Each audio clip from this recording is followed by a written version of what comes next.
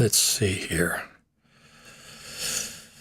What do I got to do? Got to do this. Got to do this.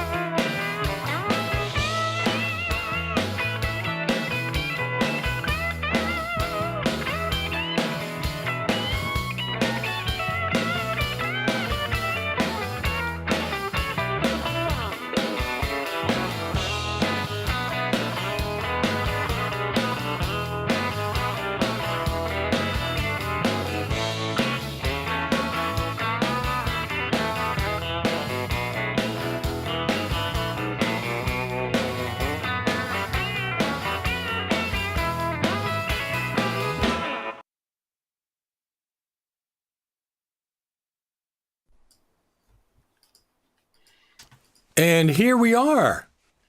Special days today. We have, let me see if I can point the right direction. No, this way. That way. We have two West Coasters, Cirina Catania. Are you from what area now? Because you moved, Cirina. Where are you coming from? I'm in Northern California now. Northern California. Yes, Up, moved up by 10 hours Cupertino? up the road. Up by Up 2 Cupertino? hours from Cupertino. Yeah, two Oh, hours from you can Cupertino drive to the now. Creative Summit. And then Yep. Yep. down here, we have Mr. Bill Davis. Now, I have... Who? What? Yeah, Where? exactly. Where? Exactly. When? I How? have I have one question for you, Bill. Yeah. Which one of these are you? Because both of these are Bill Davis's. And I always can never That's tell which frightening one to is me. you. That was from 2023, the Creative Summit 2023. You know, people used to call me the other Bill Davis. They called him the other Bill Davis. I was actually, I think, in the Final Cut Pro community a while before Bill came into it. So he's a great guy and we really get along really well. And I'm happy to have him doing what he's doing. Yes, and he's also from DC.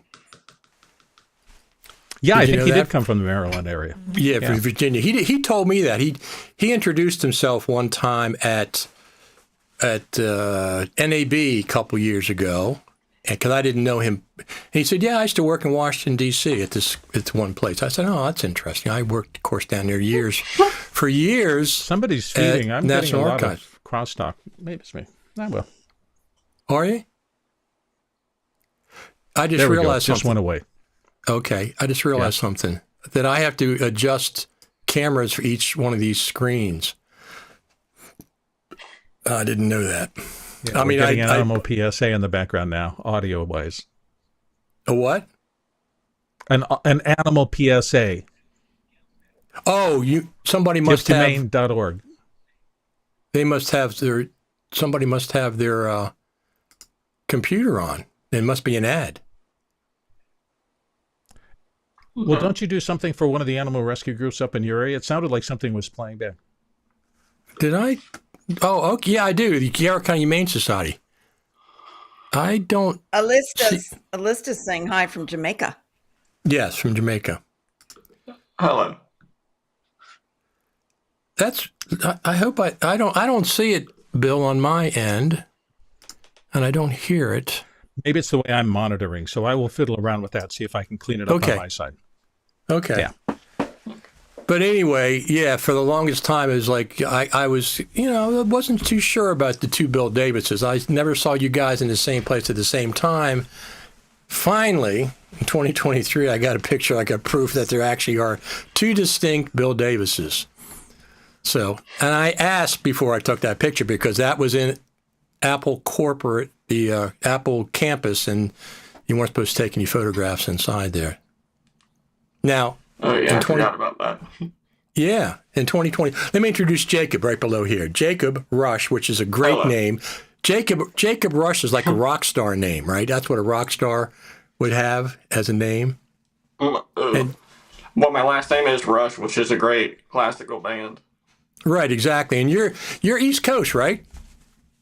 Yes, Florida. Yeah, you're on the East Coast. So we got two East Coasters up on the right-hand side and two West Coasters. Bill, you're from California now, right? You moved out of Arizona a long time ago. Right, I'm in San Diego now. Okay. I looked at when you had the fires this year. I'm trying to think, well, how close is that to Cupertino? They was way far away from Cupertino. I mean, I didn't realize that L.A. was like all the way down at the southern end of California, right? Isn't it? Yes. Yeah, I thought it was. I had no conception there, but it's way down there. So we got our friend I Nobody.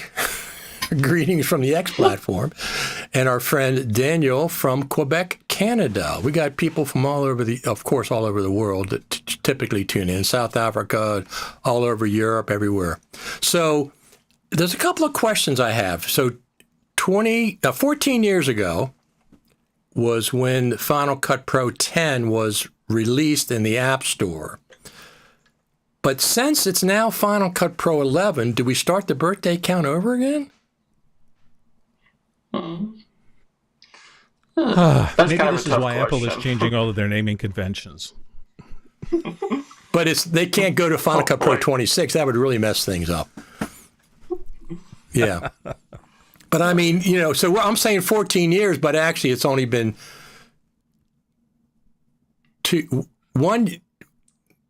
not even 1 year for 11, right? 11 came out in 2024 at the Creative Summit. Yes, So it's the Creative Summit. Yes. so we don't start over again because we don't call it Final Cut Pro 10 anymore. We just figure Final Cut Pro is a modern version, includes both 10 and 11. Yes, that's right? basically what I would consider it. Yeah, I think that's fair. it's a technicality. We're declaring the birthday today anyway. Yes, that's right. Yes. Well, regardless, It's up to us. We're just going to declare it. so Final Cut Pro is 14. Hope it doesn't go through the hormonal trials of a teenager. Well, it probably already done that when it first came out. So, right, there was so much people quitting and saying they're not going to buy Apple anymore and all this nonsense. And I still see it occasionally. People, I'm quitting. I'm going to DaVinci Resolve. Okay. You can't use two NLEs? I mean, I can. I use DaVinci Resolve all the time. I still prefer Final Cut Pro because of this. The live skimmer is the killer. That is the killer feature that nobody else has. I love it. That I use all the time. I mean, DaVinci has it somewhat in their media pool, but not in the timeline. The timeline you have to click to get the playhead to go where you want it to go. Media pool, they have some kind of a live preview, which is pretty cool. But that live skimmer is. We talked about that on one of the Facebook groups this week. We've been wishing for that. We were wishing for that for years and years and years. Remember, you and I would talk about that a lot. You're talking about the scrolling timeline. Pardon me? You're talking about the scrolling timeline. Yeah, I'm sorry. Yeah, the scrolling timeline. Something different. 13.5 years. People talk about, why don't we have this? Why don't we have that? I said, I waited 13 and a half years for the scrolling timeline. Come on. 13 and a half years, and now it's here. It's great. It's great. It is. Yes. Yeah. I use it all the Oh, time. it can't be 13 years since we were all in that meeting in Vegas when they announced it. 13 years? So no, it was at the Yes. Creative Summit at the Apple campus. 13.5. Take my word for it. I've So been what I heard following that. from No, folks no, no. around the No. industry and around people. What'd you say, Bill? I was going to say that what I heard from just people that I know in the industry is that the issue that came up was that there were resources, and Final Cut is such a resource-heavy thing because it's trying to do all sorts of things very fast, and for the user experience to be solid, things like the redrawing of waveforms is very complex and a whole bunch of other stuff. And a scrolling timeline, I think, took up enough resources to where they said, can we do it? Yes. Will it diminish the user experience of Final Cut so much that we really don't want to go there? We'd rather have it be fast and fluid because the people using Final Cut want speed and efficiency. And they're not quite so specific about, I need a feature like the scrolling timeline. I don't know if that's absolutely true, but that's what I had heard from people who are better coders than I am and understand how it works under the hood. Yep. I heard that for 13 and a half years. I heard one excuse after the other. Exactly. And it may be that they just needed the M series and maybe the M2s or the M3s to be able to do it the way they wanted to. No, absolutely. No, I completely understand the reasoning. It seems to me that the Final Cut Pro team and the people at Apple are pretty damn smart, and they eventually figured it out. But I get little birdies tell me all the time things, and I was told that they had a scrolling timeline since day one in Final Cut Pro 10. They just never turned. Yes, but they never turned it on. No, that's Reliable- mean. Reliable sources have told me that. Why is my camera backwards? Are you serious? Okay, I have to clarify something. Didn't Okay. they announce Final Cut 10, I forget how many years ago, in 14. Vegas? Yes, 14 years ago. And that was 14 years ago in Vegas at the Super Meet. Yes, that's Remember? correct. Okay. Yes. Because that is one of the most vivid memories of my life. Don't ask me why. it's just the energy in the room and everybody standing up and cheering and the stage and Michael and then the next day everybody started tearing it apart. But that room at that moment, in terms of media and entertainment and my work, was a real highlight. I don't know why. It just was. Well, Bill can talk to that. And as I used to say at the time, because I was in the room when it was announced, in fact, I was helping put on the show. And the thing that always bothered me was that everybody was trashing it and nobody outside of Apple had ever touched it. Right. Nobody had a clue as to how this thing actually worked, but they were just beating it up, going, no, this thing is the worst thing in the world. And you're going, can you wait a couple of months until it actually gets on your desktop and you can use it a little and see see what's good for you or not? But that didn't stop anybody in those first 2 to 3 months. So we got another comment here. Hello from Denmark. Love the live skimmer and the scrolling timeline and are using them constantly. I also love the ability to do an inside magnetic. I got to put this up here. An inside magnetic mask. Got to be careful. Do you need to brighten or darken something? Right. You can use that. That magnetic mask was quite impressive. It was much more than I thought it was. Do you use that a lot, Jacob? Personally, it's weird. I have a mixed reaction about the scrolling timeline because during podcast video editing, I'm perfectly fine having it on. But whenever I do like e-learning content and like screen stuff where it's more video focused, I turn it off because as I'm doing in and out points on the timeline, I don't want that thing to scroll as I'm trying to see what the actual waveforms of the video is. No, so absolutely. Like I have just a different sort of editing style depending on what I'm editing, whether that be video podcasts and or like e-learning content with like the screen grabs and stuff like that, and or even like live footage. No, it was always meant to be an option. People say, I don't want a scrolling timeline. Well, it'll be an option to turn it on and off. It always was meant to be an option, not to be just one size fits all. I would never want somebody to have a scrolling timeline that didn't want it. But I started complaining about a no scrolling timeline back in Final Cut Pro 5, not 10.5. Final Cut Pro 5. I had a top 100, top 50 list of things I wanted to see Final Cut Pro 6 get, and top of the list was a scrolling timeline. And I thought for sure when they switched over to 10, and they said, "Oh, we got all this power and blah, blah, blah," and they'd have a scrolling timeline, and they didn't. So that was disappointing. Yeah. I haven't turned on the scrolling timeline. Well, you're banned from the group. We're going to take you out right now. You're now considered old school. I know, but you've been kicked out of the tribe. You've been kicked out of the... Yeah. You know what I'm excited about? I haven't tried it yet. And it sounds like such a small thing, but it's really excited about is the movable markers. Yes. That's going to make life a lot quicker and easier, isn't it? No, I use them all the time. I use them all the time. Yeah? I disliked the fact that you couldn't move them prior to that. It was very aggravating. What about you, Bill? Did you like the movable markers now that you can drag them? So I'm doing something a little different these days. I'm doing an awful lot of audio work. I've got these really complex, literally 10, 12, 14-hour timelines with hundreds of characters for audiobooks. So I have completely reconfigured my use of things like roles. I've got roles for individual characters, and I can pop them above the line to work on one. If it's a two-person scene, I can do the narrator and the character they're talking to. It's turned out to be extraordinary for me. But man, if I screen shared and showed you the character list of 45 characters in an audiobook, it's unbelievable. Wow. But I never expected to use Final Cut like this, right? Right. Most people use it the same kind of way. They're doing standard video editing. Most of them doing it kind of thinking in the same way that we used to think about building timelines. And the combination of the magnetism, the magnetic timeline, and roles, and the ability to use markers and things like that for secondary tasks.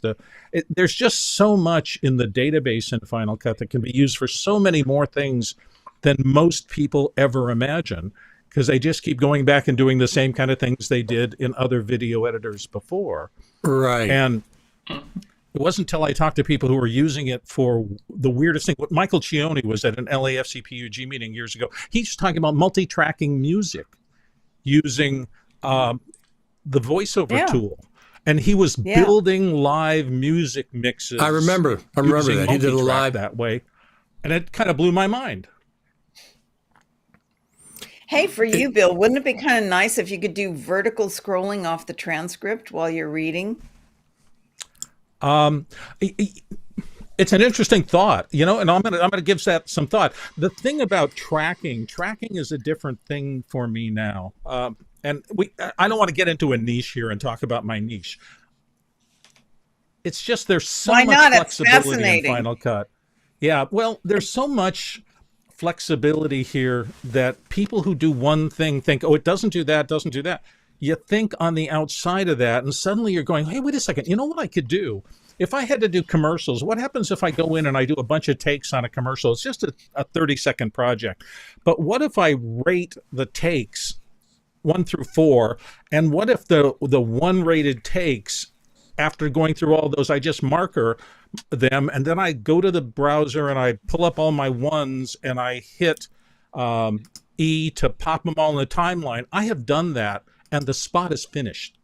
I mean, literally, I have hit one key, magnetically aligned all the best takes, and sent it out to a radio station, and it's played for a month.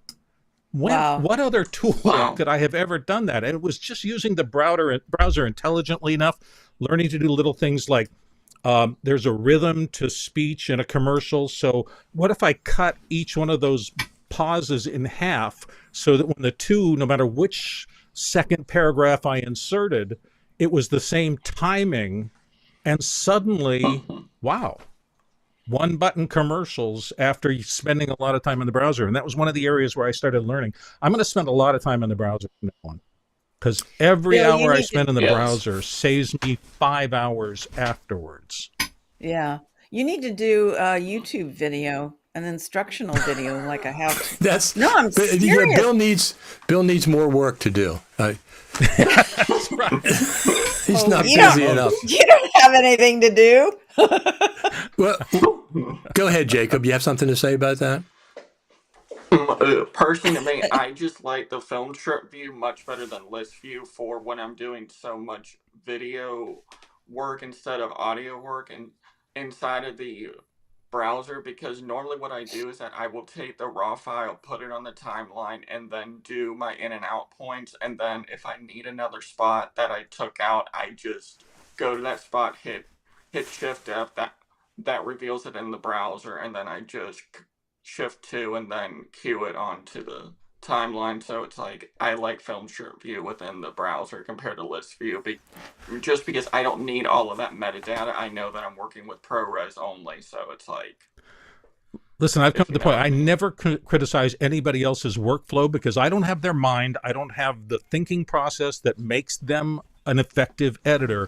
So I never criticize anybody. I'm just saying that for me, as somebody who thinks the way I do, it was getting my head out of the storyline early and getting it into the browser, because work I do there is persistent. And I can use it not only in this particular project, but I can use it in every project, because once I have it marked up and I've gotten rid of the junk through reject, and I've gotten selects done through favorite or keyword application, that sets me up for the variety of work I may be doing with. So if I want to swap something out for a YouTube version, I want to swap something out for a shorter version, it becomes easier if I have all that stuff in the browser, well keyword and well marked up and well organized. So that's how I work. That's how my brain works. Right. Sure. One of the neat things, I took the DaVinci Resolve class, their certified class a couple months ago. They have dual browsers. You can set up a second browser to search in a different folder than just the one, so you can drag from one to the other. I love that.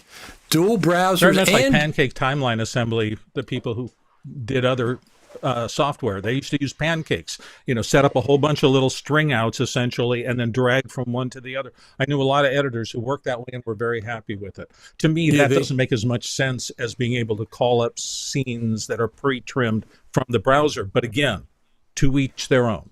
Yes. Right, exactly. I was doing that years ago when I was editing on Avid, dragging stuff. Yeah, from it's an one to Avid the kind of other. a thing. That's how a lot of Yeah. a lot of editors from those eras used to come. Yeah. Absolutely. And in early Premiere, people used to always talk about doing pancake Oh my timelines. God. He actually said those eras. Well, We've been through them. the three of us are those eras, and then Jacob he's the new generation. Do you find that, Jacob, Right, with and your friends? his influences and how he learned to edit are his own, and he needs to honor that and go down the paths that work for his way of thinking, Sure. because it's not going to be Yes. the same as mine. Yeah. Which is why also, because of my disability, it had just like, I learned on Final Cut Pro 10.0. That's what I personally learned on. So like, I know nothing really prior in terms of like the old style of editing, because I Right. grew up with the magnetic timeline completely. I started on Final Cut Pro, not iMovie, but just Final Cut Pro 10, Sure. 10.0. And I know that it's the way that my brain thinks. As an assistant editor, it can just take away all of the legwork that I needed to do in order to be able to edit more efficiently, just like how I did the 100+ videos in 2 weeks with 2 rounds of feedback files. There's no other application that I would trust to do that for me. Literally none. Absolutely. I know exactly what you mean. I'm glad you started on Final Cut Pro 10.0, to be honest with you. I'm glad you didn't have to go through the quagmire of like Premiere or Avid or whatever. No. You got a good start. I didn't know you started with 10.0, yeah. Yes. Yes, I did. It was phenomenal. I actually had to get special accommodation because Premiere was not accessible to me using the trackpad in college, so I had to get special accommodation to use Final Cut Pro without it affecting grades and stuff like that. So that was an Right, interesting right. factor, because most colleges teach Adobe versus teaching Final Cut Pro, where they have it for life afterwards, which is When what I- I don't understand. I taught at Carroll Community College. It was just a film video editing, agnostic video editing class, but they only had Adobe Premiere. So that's what I used most of the time, but then I'd bring my own laptop in with Final Cut. And I'd say, they would see me do things. They said, well, how can you do that? I said, well, it's Final Cut Pro. You can't do this in Premiere. Because I was, it was like it's supposed to be agnostic, but Carroll Community College only had the Adobe products at that point. So I've pitched another course to them, a mobile video editing course that I would write myself and teach. So we'll see if they take me up on it. They said they didn't have much interaction with the last video production class they did. People that weren't that interested. I said, this is not the same as shooting on phones and mobile video. It's not the same thing. It's completely different. It's much more approachable. Everybody has a phone. Yes. And people I would do bet if they TikTok branded videos. it as video for social media, they'd probably have their attendance spike crazily. Yeah, well, listen, I'll write the course. Let's put it up on your syllabus, and if nobody signs up, they don't sign up. But I think we'll have I think we'll have an overwhelming class. So if I can get them to do that, I will go ahead and teach that class again. I taught it for a few years. Would you bring up Final Cut Pro for iPad and being able to multicam switch whenever you do that? Just because It would be it would be mostly phones. It'd be mostly phone stuff. Okay. The only thing, the only Makes bad sense. downside is I've never touched an Android phone, so somebody in the class would have to help me with that. Because I don't want to be just iPhones, although that dominates, but I don't know Android at all. I just, I don't know how it works. I'd have to do maybe apps that are available on both. So they have a new iPhone camera app coming up, and I'm a little concerned about one feature. Right now, I use the native camera app more than any other app, and I have all of them. I buy them all. But the the Apple native camera app, you can switch cameras while you're recording live. You hit the record button, you can switch to any of the cameras or lenses while you're recording. And they do it the best. They do it the best. So I hope they don't change that with a new camera app. That would be a really, really downside for me. It's a sense that they're getting ready for upgrades to Final Cut for iOS, for iPad, because iPad, imagine that capability to be able to switch inside of camera angles fluidly. So they've got the code for it already. So I think they're putting a lot of effort and a lot of engineering into the Final Cut for iPad thing as it grows. I mean, it's like where Final Cut was in its first year. Look how far we've come. Right. So one of the things, when that first came out, Final Cut for iPad, and I did an article about it, all the features it didn't have that Final Cut Pro had on the Mac. There was 50 different features it didn't have. Because where did I get this impression they were trying to have feature parity with Final Cut on the Mac? They no longer say that. In 2024 at the Creative Summit, they said, we do not consider these two the same app, and we're not worried about having feature parity between the two. They're like diverging. And that's an interesting thing. Yeah. Well, the hardware delta between Apple Silicon for Mac OS and iOS, all of those deltas are getting smaller and smaller, which means that as we get more and more capability on the mobile processing ARM stuff, and it gets closer and closer to the others, I think that there will be cross-pollination of the development they've done for iPad and the development they're doing for the main machines. Well, Jacob, you have both the iPad version and the Mac version, right? We talk about all the time offline. Yeah. Do you have a preference over one or the other? Honestly, it really just depends on what I'm editing for, like complex tutorial e-learning content and just stuff where I need the power of Final Cut Pro for Mac. I like it because of all of my motion VFX and third-party plugins, plus the fact with my one-handedness, sometimes I notice that it's like that me having the keyboard and trackpad makes it a little bit easier, but I do still enjoy having the touch opportunity if I'm doing something a little bit more lighter end, and then I can just push that to my Mac if I need to do something more complex with like animation and stuff like that, and or Right. Well, that sound design. You said you hit right on the button for me. I'm not going to port over my thousands of plugins that I have on Final Cut Pro I'm not going to buy them again for an iPad version. And I use those plugins all the time. I mean, I have thousands. I literally have thousands of plugins. Correct. Yeah. I wish Final Cut had yeah. But I do still think that Final Cut Pro for iPad has its place in the Apple ecosystem, because it can become somebody for somebody new just learning Final Cut as a hobbyist to be able to see if they want to get into multimedia video as a career. Absolutely. Absolutely. And I love the ability to use a pencil on the iPad. Definitely. I use LumaFusion. Really yeah. You know, writing on the screen is just something I really, really like.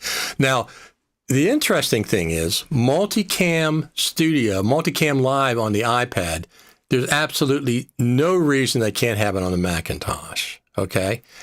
That's what I'm doing right now. I'm on the Mac, and I have multicam.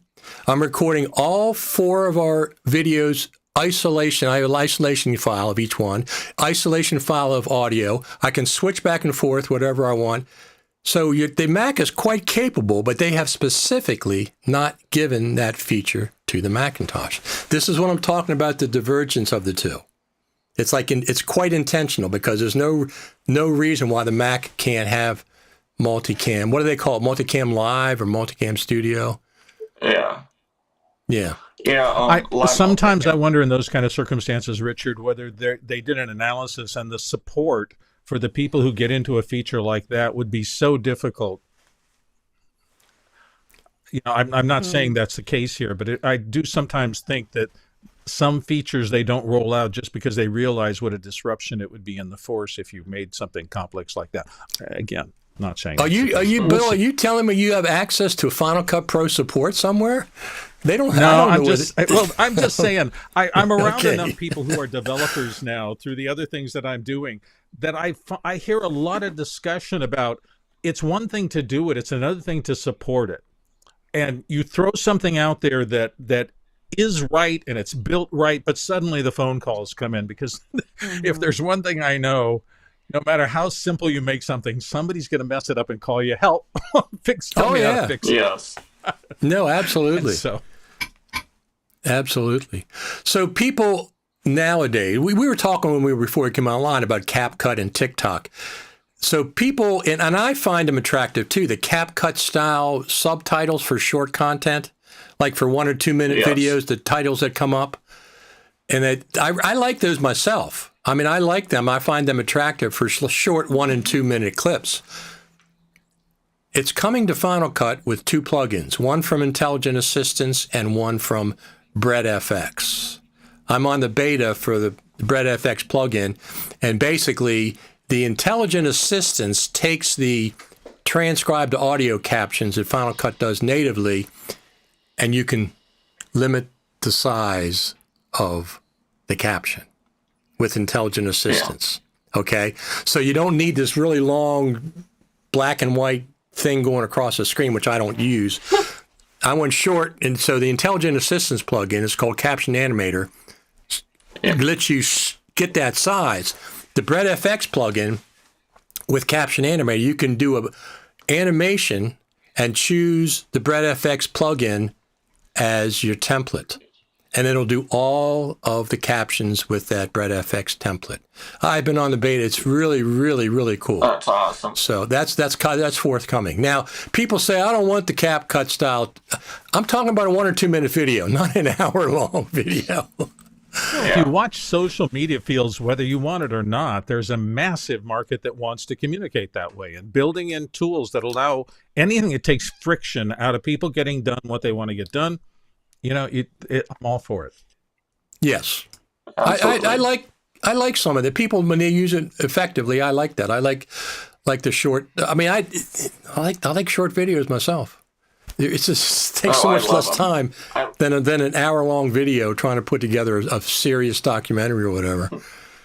The one thing you can't them, argue with is Jacob? the fact that eyeball migration has changed, and the people are watching not on televisions. They're not going to the movies. Nope. They are watching stuff on mobile devices in their pocket, in between whatever else they're doing in life. So all of these short format, snackable content, whatever you want to call it, whatever the term du jour is, it's based on the fact that that's the behavior of people. And everybody in marketing, advertising, everybody in product sales, everybody out there that makes the commerce of the world go round, they're all desperately trying to get eyeballs.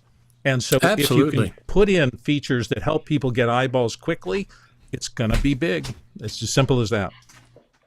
Yeah. Absolutely. I just moved and I have this gorgeous television and it's still in the box in the garage. I didn't even put it up. I've been watching at home on my iPad.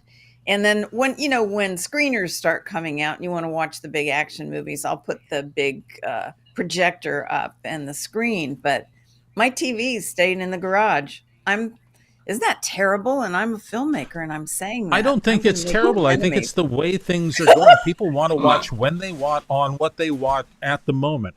I get an email from somebody and they say, check this out. I'm going to watch it on my phone. And the experience is going to be darn good. Is it as good as on the living room TV? Probably not. And I can't see the detail, but I get the experience, particularly if I put a pair of AirPod Pros and I'm able to hear faux 4-channel and I can really get my head into the content. That's what we want.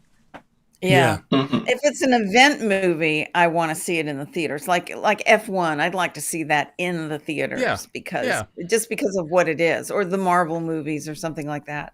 But if it's Netflix, doesn't matter. Little screen. Yeah, and I don't know very many people who surf the web on their giant TV in their living room. I'm sure there are people who do it. But most people are swiping with their thumb in some sort of handheld device, and that's how they're consuming a lot of content and information.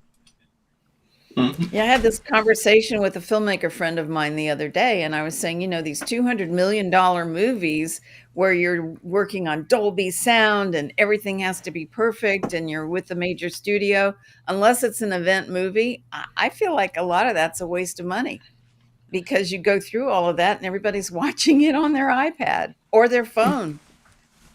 Yeah. I remember when Steve Jobs, when the iPod was out. As a matter of fact, I have one here somewhere.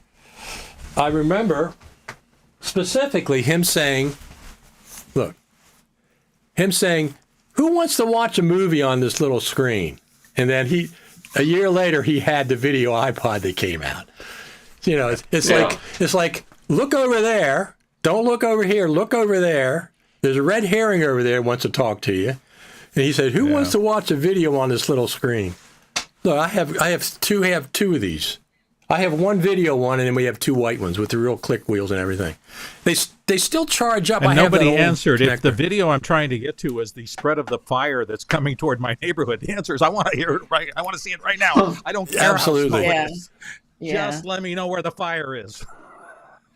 That does remind me of something I'm curious about. Do you guys keep all of your old versions of computers and cameras and gear? I mean, I have to make a decision about what to get rid of and what to keep, and I don't know. What do you guys do? I keep it all, but I'd say throw it away. Give it away, throw it away. But you don't ask throw me. it I'm the away. guy with the 1984 Macintosh on the shelf behind me. Yeah. I have a beige G3 Mac desktop, not even a tower. Before the iMac was invented, I have a beige G3 that Pro Max of California, because I knew nothing about computers. Pro Max of California put this together with me. This is before Final Cut Pro, and they put Premiere Pro on it for the Mac. But it's a beige G3, just a regular flat desktop. It's the ugliest thing you've ever seen before Steve Jobs got a hold and did the iMac and stuff. So... Yeah. And I still have that. I don't care. I got to get rid of stuff. So throw it away. That's or give it away. Find somebody who wants it, or sell it. One of you. I just have one MacBook, which is the M3 Mac, so I'm fine with that. I just don't want. I just worry about some of the legacy software, like if you're working on something that has. You've researched a lot of old clips or stuff you shot 20 years ago. What is that, Richard? This is an original MacBook Pro, Firewire 800. And did it have 400 too? No, it has 400 and 800, both. And I have Final Cut Pro 7.0.3 and Final Cut Pro. Listen to this, Bill. 10.0 with your favorite project timeline. What do they call that project library? You used to love that. I think it was the project library. I missed that when they took it away. Yeah, sadly. Yeah, I was doing some things that used it. Yeah. No, I like that. I like that. So I also have one of these. But the thing is that this kills me. You can't scrub a project in the browser. Come on, compound you forget clips the you can. Things you didn't have until you have them for a year. Right. Then you go back and you don't have them anymore, and all of a sudden you go, wait a second. I don't like this. Go? Why don't I like it? Well, here's the thing. Here's the thing about that. You can scrub a compound clip. You can scrub a multicam clip. You can scrub a regular clip. And you can scrub a project in the share window. The little icon comes up. You can take the browser, your timeline, and scrub through it, but you can't scrub a project in the browser. That drives me crazy. But you were able to do that. You were able to do that with the Mac. 10.0. 10.0 had a dedicated timeline for a project. Below the main project. Go do a search under reference clips. How many of those that you named are reference clips? Exciting. Yeah. So I know Buddy says I have lost count of how many Macs I have. I just want to keep the best ones. And at this point, we're trying to get rid of stuff. So I really don't have any emotional attachment to most of them. I mean, I love this M4 Mac Mini Pro. It is the tiniest most powerful Mac I've ever had. It is so tiny. It's just incredible. And I have it sitting over there running 3 screens, running Ecamm Live, recording all these files separately. It's absolutely a stunning. That little M4 Mac Mini Pro is incredible. I just absolutely amazing devices. They have incredible power hidden inside of them. And more than that, you get into the point where you just have to understand that holding on to the past has nostalgic value. But who was it? George Carlin, who said you spend the first 80% of your life gathering stuff and the last 20% trying to get rid of it. Getting rid of it. So exactly. I think that's what we're going to hit. Well, the only things I really care about are my guitars. I have one over here. This is my, I think it's a 71 Strat. And then I have a 69 Strat, which is back down here, which is my main Strat, because I wrote all my songs on that thing. There's no, all the things I have, that would be the last thing I'd ever give away. And I want it to go to somebody good when I do enter that. As the great organizer Maria Kondo would say, if it gives you joy, keep it. If it doesn't give you joy, dump it. Absolutely. But I had 5 boxes of stuff this morning to take to Goodwill, and I made the mistake of opening them up again, and I started looking at that stuff. And this. Yeah. Serena, my discipline has been take a picture of it. If you love it, take a picture of it. Keep the picture, get rid of the thing. Yeah. Yeah, we got to get rid of stuff. We are definitely hunter gatherers, and we definitely I don't care who the neatest person I know is still a gatherer. In my life, they still gather things. Just somehow it's in our DNA to gather things. Yeah. So I do have an XL1 camera though that I cannot get rid of, because when I sent it into Canon to be cleaned after one of those really messy shoots, they recalibrated it.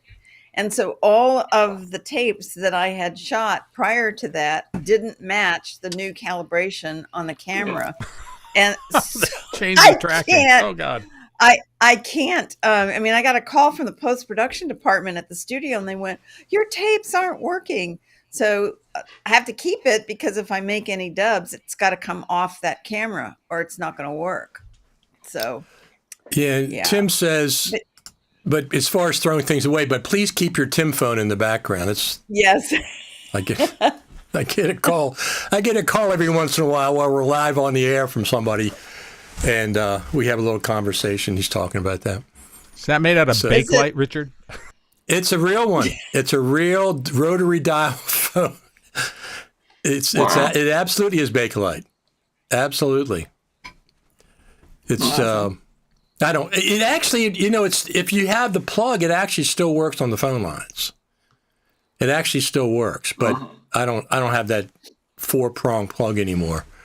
But I just use it as a prop here and there. Hey, don't talk to me about it. Back there on the shelves, I have a wire recorder from about 1927 that still works. So, wow, I'm not gonna harsh anybody out for keeping things past their useful life. I didn't think you were that old, Bill. You use wire recorders? No, I bought it off an auction guy a long time ago, and it was really the sweetest thing. This is what I really enjoy about it, is that I put out a word on some of the early bulletin boards. And I said, if you have a wire recording of like an uncle or something like that, and you want somebody to transcribe it, bring it over. I'll do it, and I'll charge you what you would spend to take your wife out for a nice dinner. So I sat there, and then I started getting pings, and I think 5 or 6 people I was able to salvage wire recordings from Uncle Bob playing his ukulele. And I just really enjoyed doing that. It was the sweetest, nicest that's thing. very cool. Met some nice people. I didn't realize people even had those recordings, other than like the Smithsonian or National Archives. So I don't think very many people do.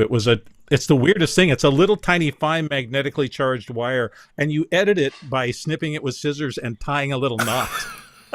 Oh, wow. No, seriously? I swear, I am not kidding. It's sitting on the shelf back there, right over, I can't remember which way to go to get it, probably right over there.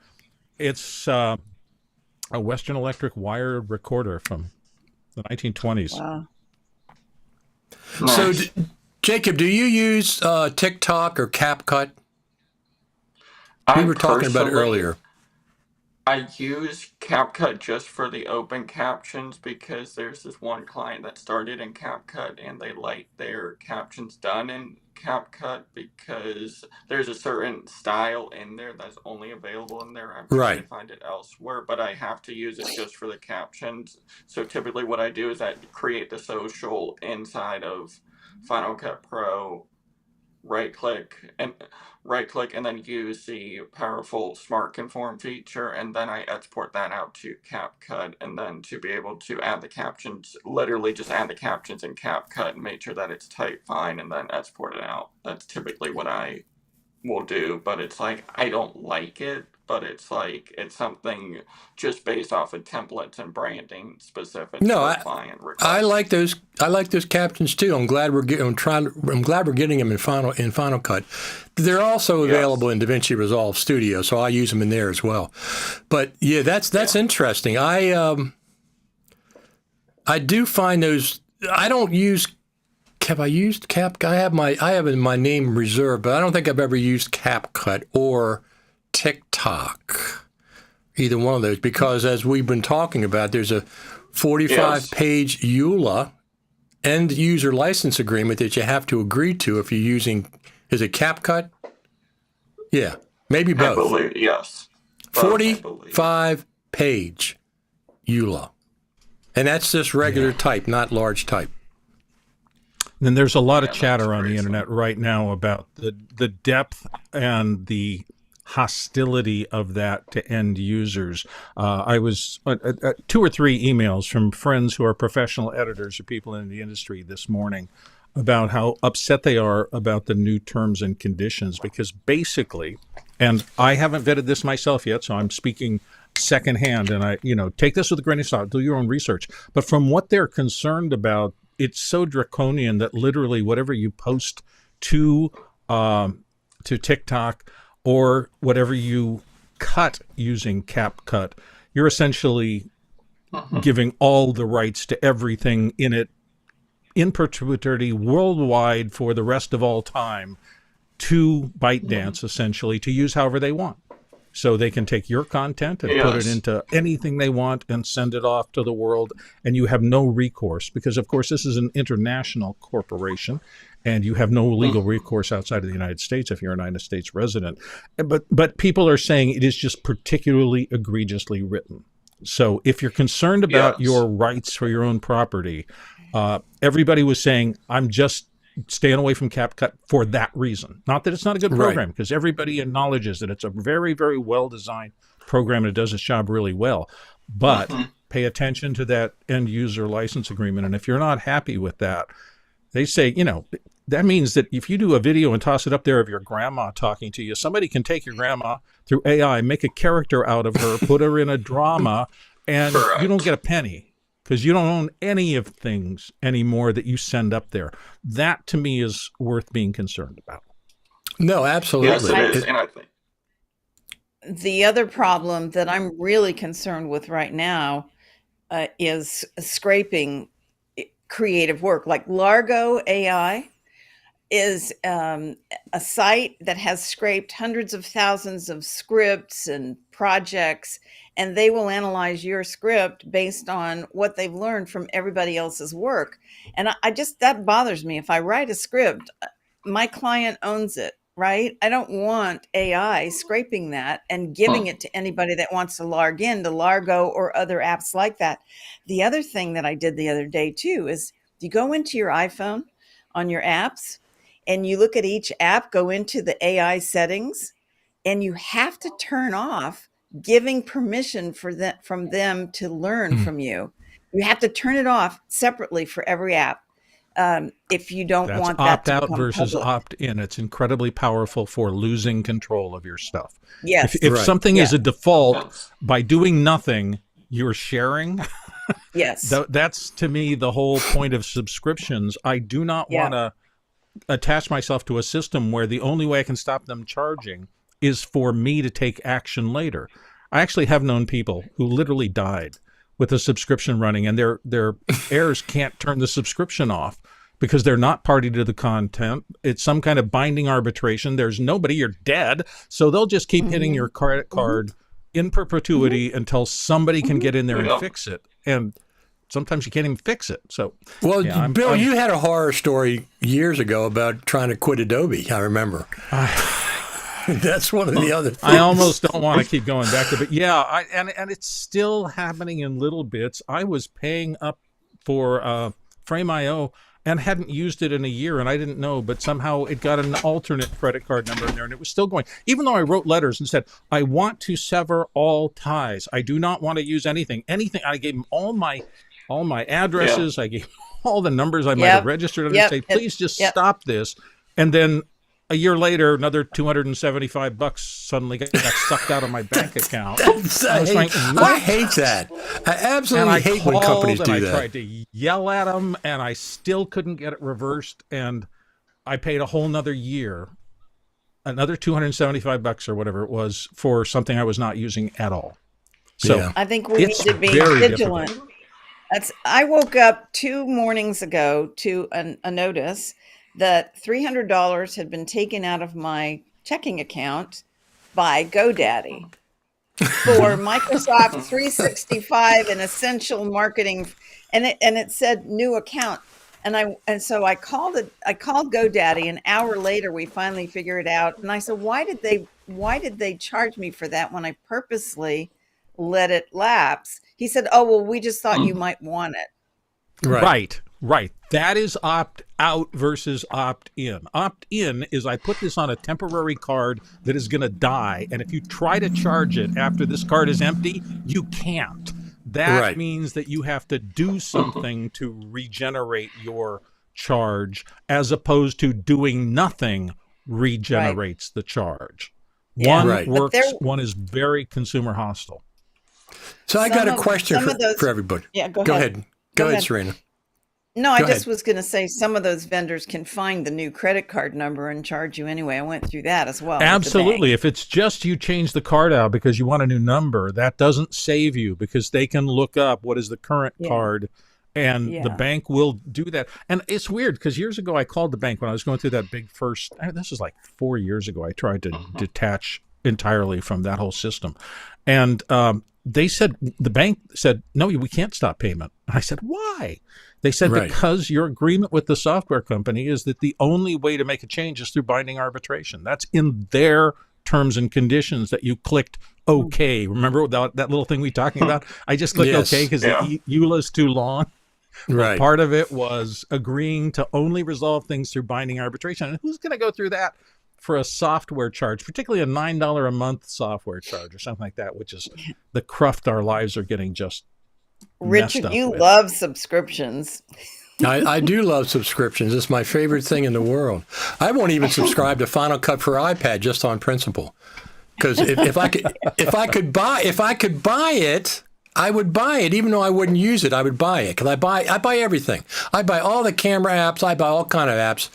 I don't mind subscriptions for some things, like Ecamm Live I'm using right here, because they have to pay a server fee every month for streaming. I send them one feed, and they send out the feeds to Facebook, to X, and to YouTube.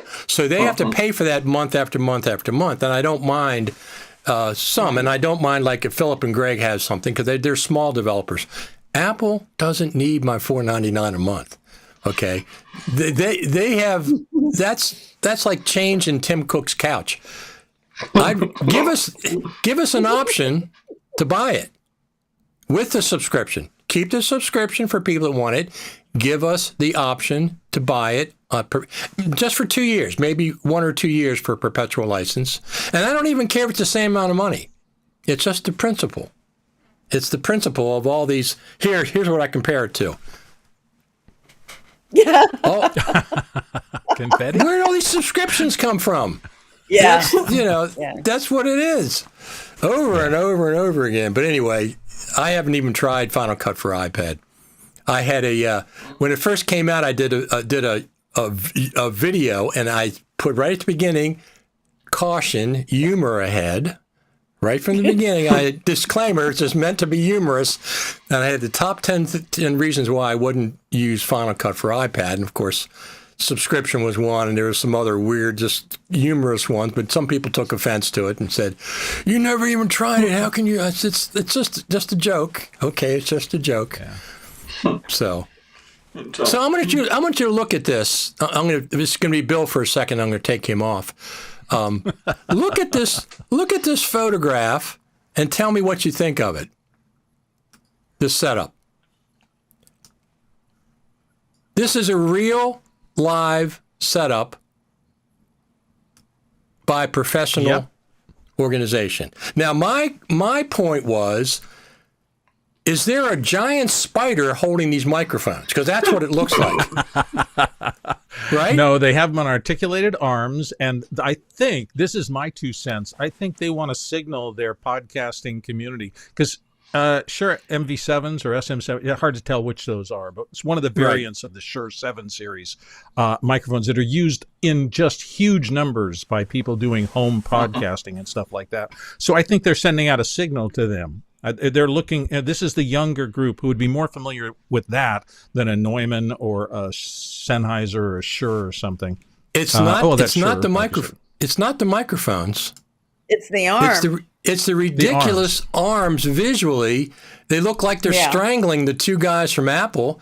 There's no way that a good lapel, wired lapel or a wireless lapel wouldn't have done the same thing with that horrible, to me, ridiculous visual. It's just, as soon as I saw that, I said, what is that? I wouldn't have gone on that set. If they were at the National Archives and they said, they're going to set, and I said, no. I also argued at the National Archives when I was down there. Many times I was arguing, because we did 100 live productions a year in the theater. We had a 300-seat theater, and we did live stuff all the time. No ferns on the stage, okay? Get those ferns off the stage. Get those off the stage. Fern-free environment. Give me something else. I didn't win all the time, but I won most of the time. I said, I don't want those ferns. They don't belong on a set. Haven't you seen Between Two Ferns with, what's that guy's name? That comedian? Zach Galifianakis. No. Oh, he was just, oh my God, some of the questions he asks. I mean, I'm embarrassed just watching it. He had Obama on and other people, and it's just like the questions he asked with a straight face, it's just incredible. But anyway, it's not the microphones, it's the arms. It just, they look ridiculous. Look like they're capturing the two guys from Apple. It looks like Alien 3. They're going to get strangled at any moment.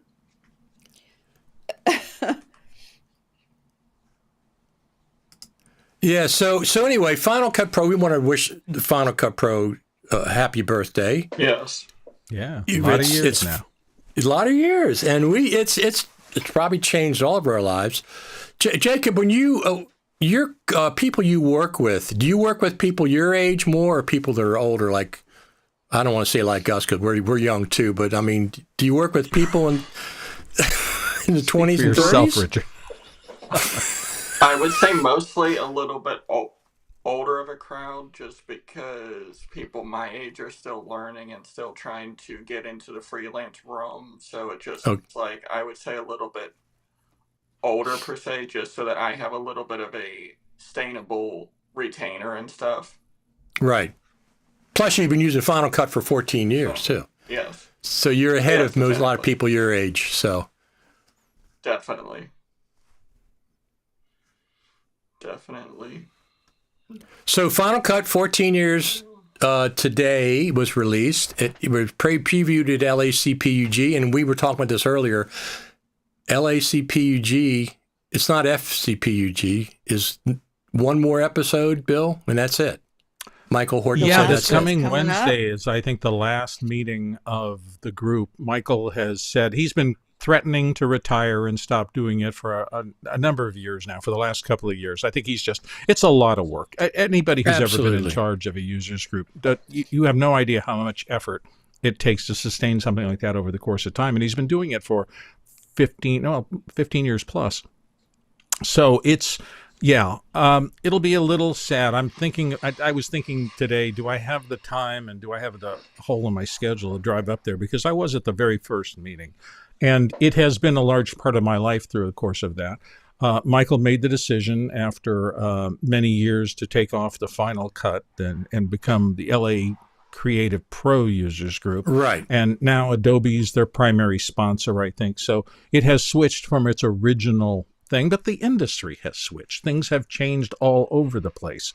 And, Apple doesn't sponsor those kind of things, and Adobe does. So whatever that is, it is what it is. But I've made so many friends. I've had such a great time with everything about that. All the super meets we did through all those years where we went to NAB and started out in a little, maybe 15-seat group. And then the next thing you know, 5 or 10 years later, we have 1,500 people in a meeting room all coming to become one of the premier things at NAB in terms of evening events.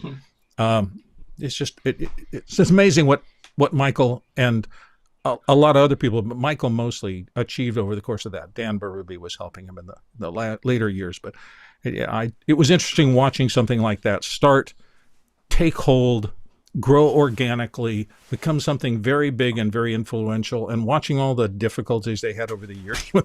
Sure. They got sent to another hotel and the tech didn't work that night. So you had 1,000 people sitting there twiddling their thumbs while you tried to get the tech stuff. I mean, it's just so many memories. Absolutely. Let's give a round of applause to Michael Horton and Dan Berube for all the super meets at NAB, and we're really going to miss you, Michael. I will applaud. Yeah. Yeah. I guess we'll see him somewhere. His son came to the Creative Summit last year. Yeah, Trevor's a big part of the Final Cut community now. Great guy and a very good editor. I've seen some of the work that he's done, and he was working with Alan Seawright and some of the people that I met through the Final Cut thing over time on their podcast, which is hugely successful now. So it's, I met a lot of great people through that. I wouldn't know Phil and Greg, and I could go down a list of 30 people that have become seminal in my career. Really helped me when time came. You're sitting there, you got a client on the line, you're sweating bullets because it's Sunday at noon and you have to deliver Monday morning and something's not working right. And you go, okay, I know who I can call. And you get the one person who you know is really strong at that, and they help you solve the problem. So you make your deadline and the client's happy and you sustain your business that way. So I can't tell you the impact of having people connections through these groups over the course of the last 20 years for me it's been irreplaceable. I absolutely agree. Definitely. So we got a comment here. With the summit?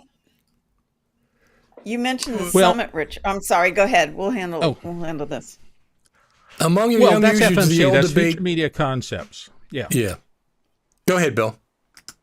Well, so FMC and those folks run it in conjunction with the National Association of Broadcasters. They're really the premier media seminars organization. They do seminars for Premiere and Avid and everybody else they have over the course of the years. And so Final Cut was one of their things. It's a solid organization. They're going through some change too. I think, again, everything has changed. It used to be you had to go to a meeting room to learn these things. And boy, I remember the first year I didn't come back with a huge poly bag full of chrome coat brochures because everything had suddenly gone online. And you're going, I don't have to carry these brochures back home. And that was 15 years ago.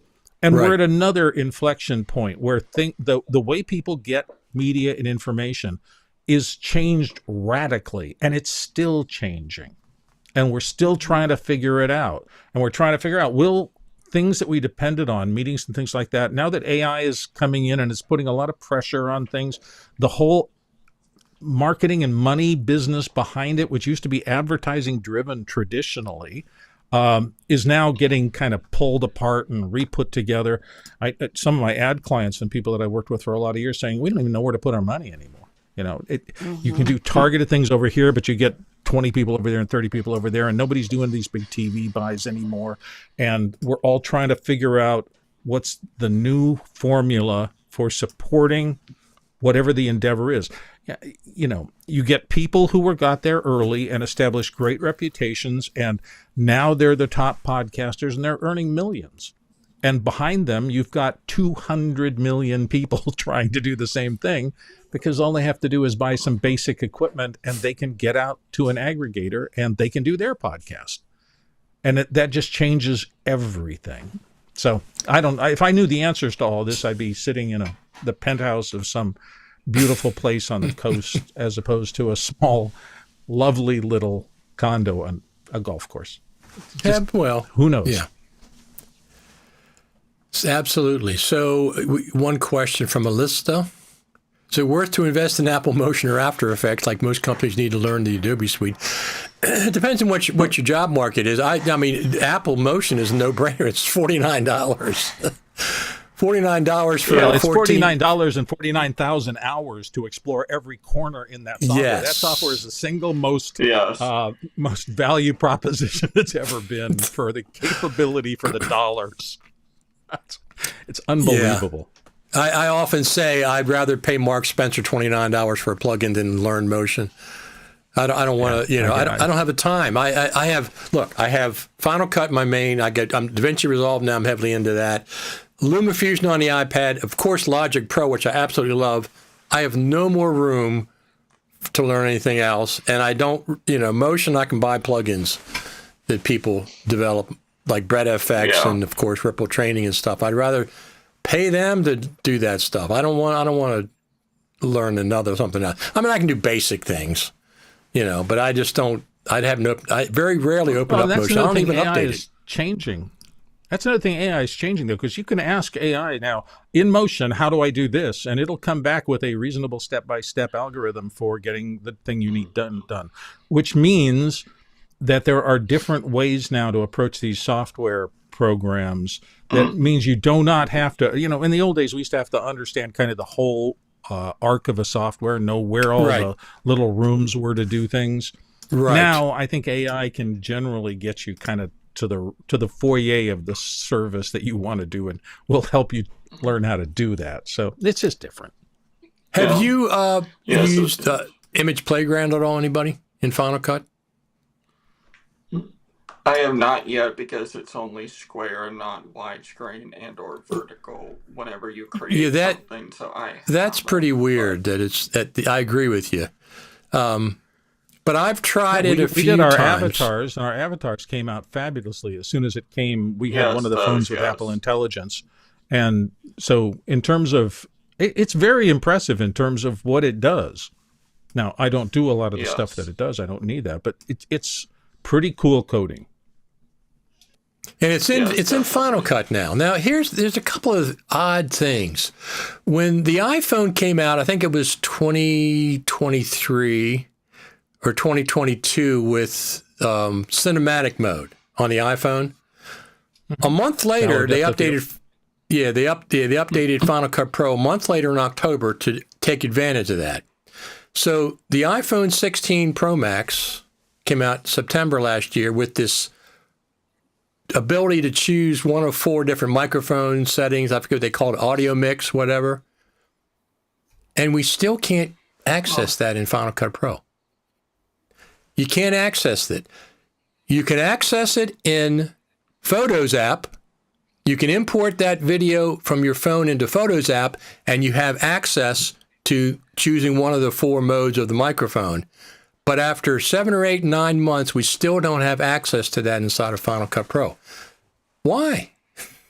Why? Well, I'll take a stab, and I could be totally wrong, but on our other show, we talk a lot about the fact that Core Audio is a really fascinating plugin that's being asked to do a gazillion things. I hear a lot of complaint from some of the Europeans and some of the Asian folks that we have on the show about trying to work online in the cloud on AWS and things like that on distributed shows and interface the way Apple handles Core Audio with what is essentially the new broadcast world, which is the online distributed content world. And I think they're trying to solve a lot of problems. It reminds me when I first started getting really heavily involved in some daily shows, and learned a little about the back-end distribution system. I was gobsmacked, and I still am kind of gobsmacked about how this stuff gets distributed around the world. And we're talking about the front end of it, how you create it on a timeline and how you send it out. But when you send it out, it affects a lot of stuff out there, some of which is very mission critical for some kinds of companies. And it's like the pan law, when you were first learning about that and you're going, I didn't realize that taking two mono signals and summing them change amplitude, and it has to be adjusted because I just didn't understand that part of physics. Well, I think in core audio, there's a ton of stuff going on, and I just don't think, I think sometimes these things aren't simple fixes. We think they are, but they aren't for a variety of reasons. That's my 2 cents. I may be totally wrong. But the thing is, it's available in the Photos app. I know, but the Photos app code base gets hit a lot differently than the Final Cut code base, because think of all the, how does it react with rolls? How does it react with now the automatic gain adjustment and the we voice got voice isolation built in. How is that code baked into something and sent off to NBC affecting NBC? Is it good? Is it bad? Are there holes because it reads the algorithm of voice isolation differently than it does, for example, on the MixPre's voice background music removal? It's just really complicated out there. Jeez. Look what I found. This is my pass when I got my first Final Cut Pro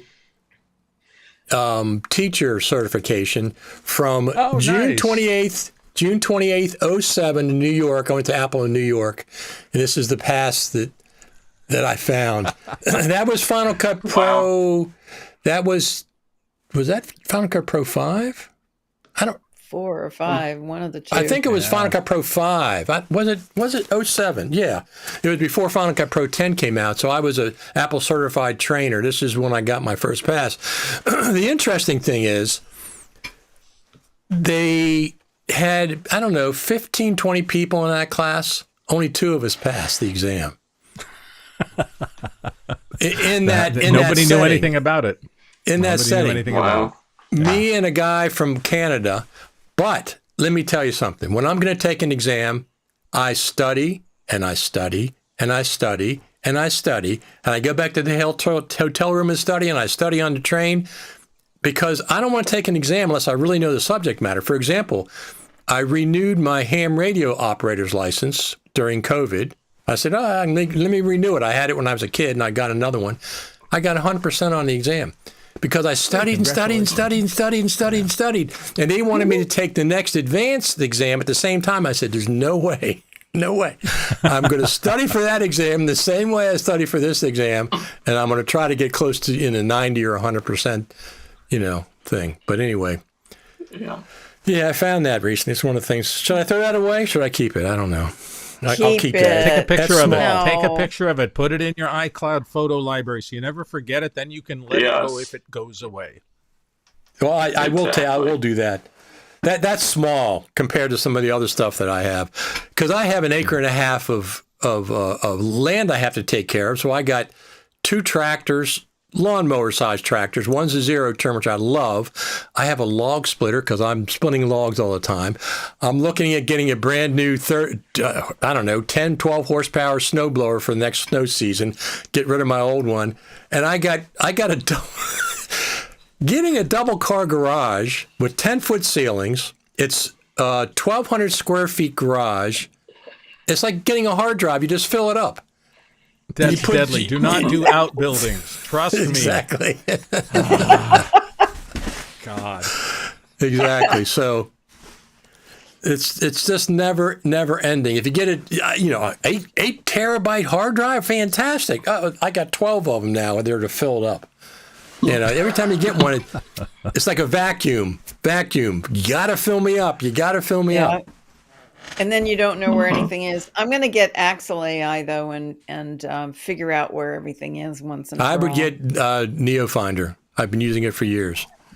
I have a catalog. problem with NeoFinder though, because if there's one file that's corrupt, NeoFinder breaks down unless there's a new version of it I don't know about. I had a problem with a one audio file and just deleted it or something from the database, and then it was fine. They worked with me to find out what was causing that. I had it hung up before too, but that's been years ago. I've been using it since it was CD Finder, for God's sake. I have catalogs from hard drives from 10 years ago, and it still remembers them.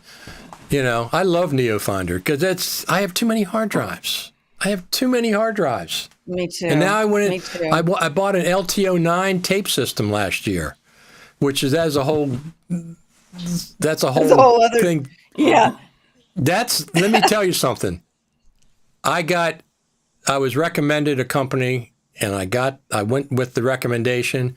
It was a nightmare for 6 weeks getting this thing to work, including shipping the drive back and forth to England.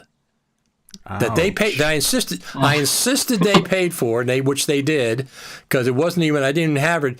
It was a nightmare getting that thing to work. Now that it's worked, I got it working on my MacBook Pro. I don't want to change anything because when it works, it's really, really cool. You get 18 terabytes on one tape. 18 terabytes, non-compressed data, and the tape's only, right now, it went up from $90 to $99 for 18 terabytes. So, and it's supposed to be one of the most reliable ways to store things. But I don't just store it on that. I also store it on 8 terabyte hard drives, and I have it backed up in Backblaze in the cloud. So I don't throw digital files away either. I keep everything. I might need it one day. I'm not that worried about it. To heck with it. When I'm gone, you guys can just dig in and take whatever you want. All my digital files are completely take whatever ones you want. You know, you spent all those years doing it. Somebody eventually will hit erase. They'll just throw the drive away. I don't care. When I'm gone, all those drives they'll just put them in the rubbish. You know. Just give my guitars to somebody that can really play them. That's all I really care about. Yeah. Just the other week, somebody was talking about one of the big film storage libraries finally shutting down after the fires in LA recently. And they were saying, here's Leave It to Beaver episode 7. All the original backups. This was climate control storage. And they just threw in dumpsters. They just threw all that stuff in dumpsters. That's what they did when Kerkorian sold United Artists in 1989 or whenever it was, 1988, 1989. And I went back to my office and the janitors were there. And we had worked for 4 years to build a library in-house, and they were dumping it. You're not kidding when you say that. They're throwing them in the dumpsters. Now, Jacob, do you know what Leave It to Beaver is? What Bill's talking about? Do you have any idea? Actually, probably not. No, I don't. No. It's an old Ron Howard television show. You like Ron Howard movies? If you like Ron Howard as a director, he would not be who he is without Leave It to Beaver and those shows of that, because he was on Mayberry RFD, which was in that same era, and that's how he got his start as the little kid on that TV show. Opie became Ron Howard the director. Yep. Yeah, that's very true. Nice. I didn't think he knew what we were talking about. It's just a different era. And there's a lot he knows that we don't have a clue about. You're right. That's why I have him on the show. Absolutely. There you Exactly. So the 2024 Creative Summit, Jacob was there. Bill was there in 2023, right, Bill? Yeah, I tried to steal a day and a half off, but I've got so many things going on that I literally couldn't pull it off this last year. I'm hoping that I can get out for this year. I don't know. My wife just landed an amazing new job. She just found out a week ago. And so I don't know how much time I'm going to have to be able to take off, because she's now working for a TV station and she has to get up to speed on that. So if I can get away, I will get away, because I love seeing all my old friends. Absolutely. I don't know what 2 months from now is going to bring. Absolutely. So Philip and Greg moved back to Australia, but they'll be coming back for the summit. Oh, are they flying in for it? Oh, gosh, that's another they will reason every year. Because I said, I don't see you guys, but once a year you're going to be gone. He goes, no, we'll be back for the summit every year. They're going to visit national parks, take a 2-week thing, visit national parks, and then make sure they get to the summit. That's what they told me. So, I would have had I Philip wish on they today. would tell but us what. Wish they would tell us what the dates for the summit are. I'm supposed to be in Bali shooting, and I'm on pins There's and no, needles. there is no official announcement about dates for the summit yet. I talk about it because I'm convinced that they're going to have it, but there's nothing official. Nothing Oh, official. they'll have it. I can't imagine them not having it. I agree. That's exactly my sentiment as well. Let's hope they're working on something so cool that they need to make sure it's going to deliver in time before they announce the final dates. And we need a couple of weeks extra to get that fixed. That's my hope. The only thing they can even give us, in 1 year they gave us a preview, and it didn't come out until December. One of the greatest summits. I forget what it was. 29. It wasn't 2019. 2019 was horrible.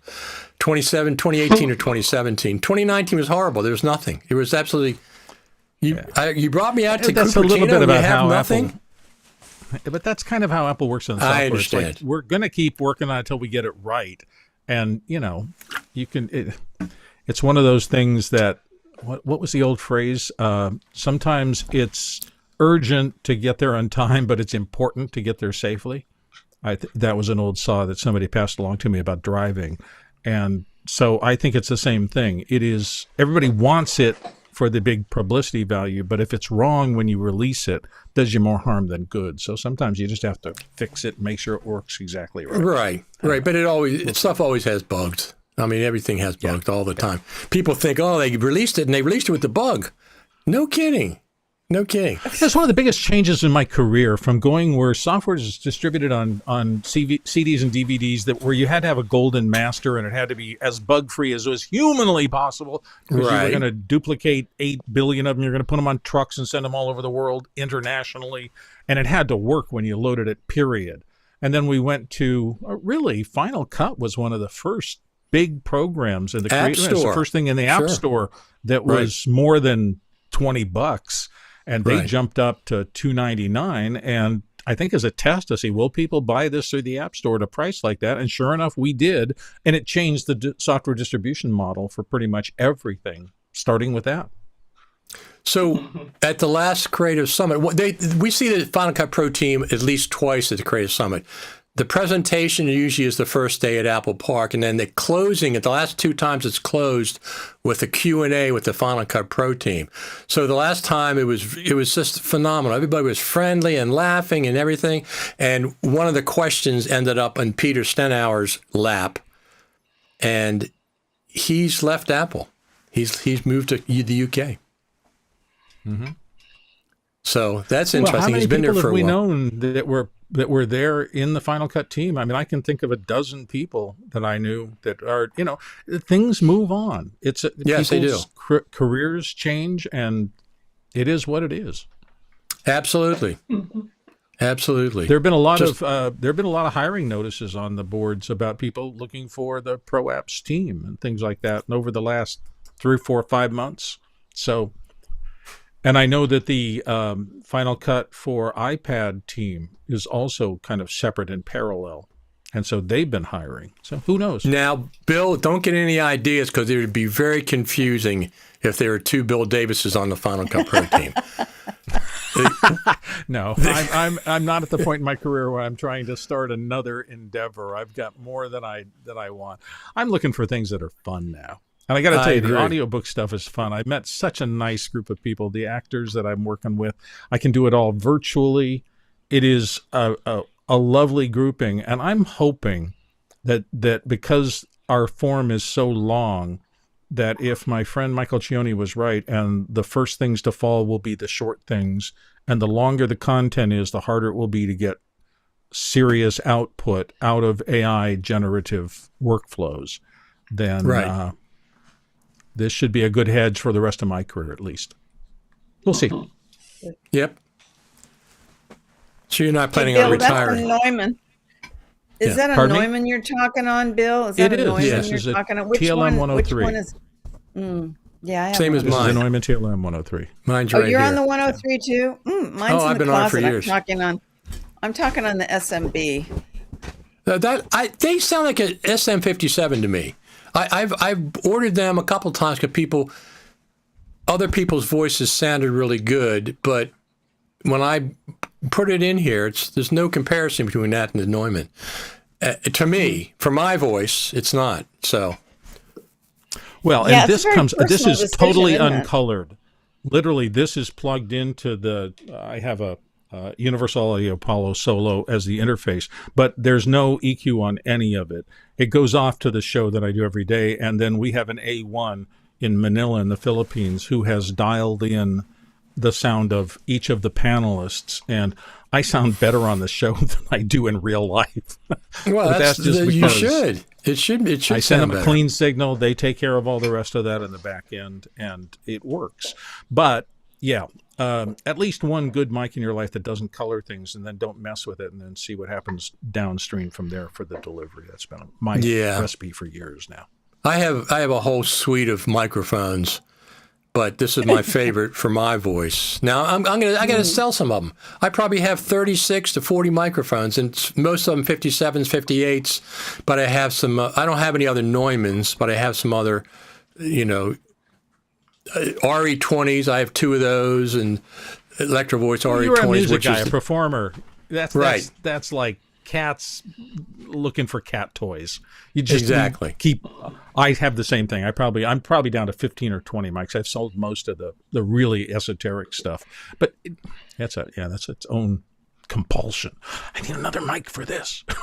Well, not What if I anymore. play I don't harmonica? buy. What if I play harmonica? I need a harmonica mic. You want a pager microphone for a harmonica. That's what the blues guys use. Those old bullets. warehouse pager microphones. They sound great. They sound great with a harmonica. So, Bill, tell us about your other show, the show that you keep referencing. After Hours, is that what it's called? Office hours. Office Hours. So I think today was show 1920 or 19, somewhere in that zone. We started during the pandemic. We started literally as a place because Alex Lindsay, who was one of the longtime participants on This Week in Tech, did a lot of work for Google. He was displaced, as we all were during the pandemic.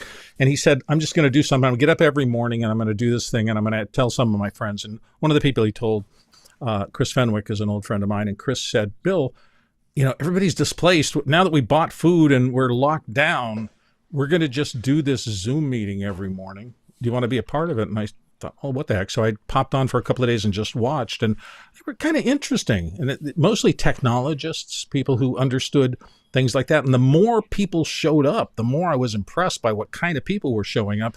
And we did 2 things in the early days. The first thing we did was we tried to figure out, because remember all the teachers were really screwed up and they didn't have anywhere to go and they were displaced out of their classrooms and they were looking for tech help. So we did a lot of tech help in our first 6 months for teachers trying to help them get their classrooms set up. And so we would find really inexpensive head-worn microphones that a teacher could use with his or her Zoom setup. And we did that kind of stuff. But the more we had people come in because everybody was displaced, the more we realized how valuable this resource was. And so the show is really just about answering questions. We go live every morning at 7 a.m. Pacific, and it's in Zoom. So there's a panel, and the panel is populated by just anybody around the world who wants to call into the show. And they put questions in, and then the panelists, this group of pretty wise technologists, try to answer their questions. We have this back-end system called Mukana that lets anybody who's watching the show, and we start out on Zoom, but we're also now on all the rest of the social media things. We have a big YouTube channel and the rest of that. They vote the questions up and down. So the questions with the most votes we start with and spend the most time on.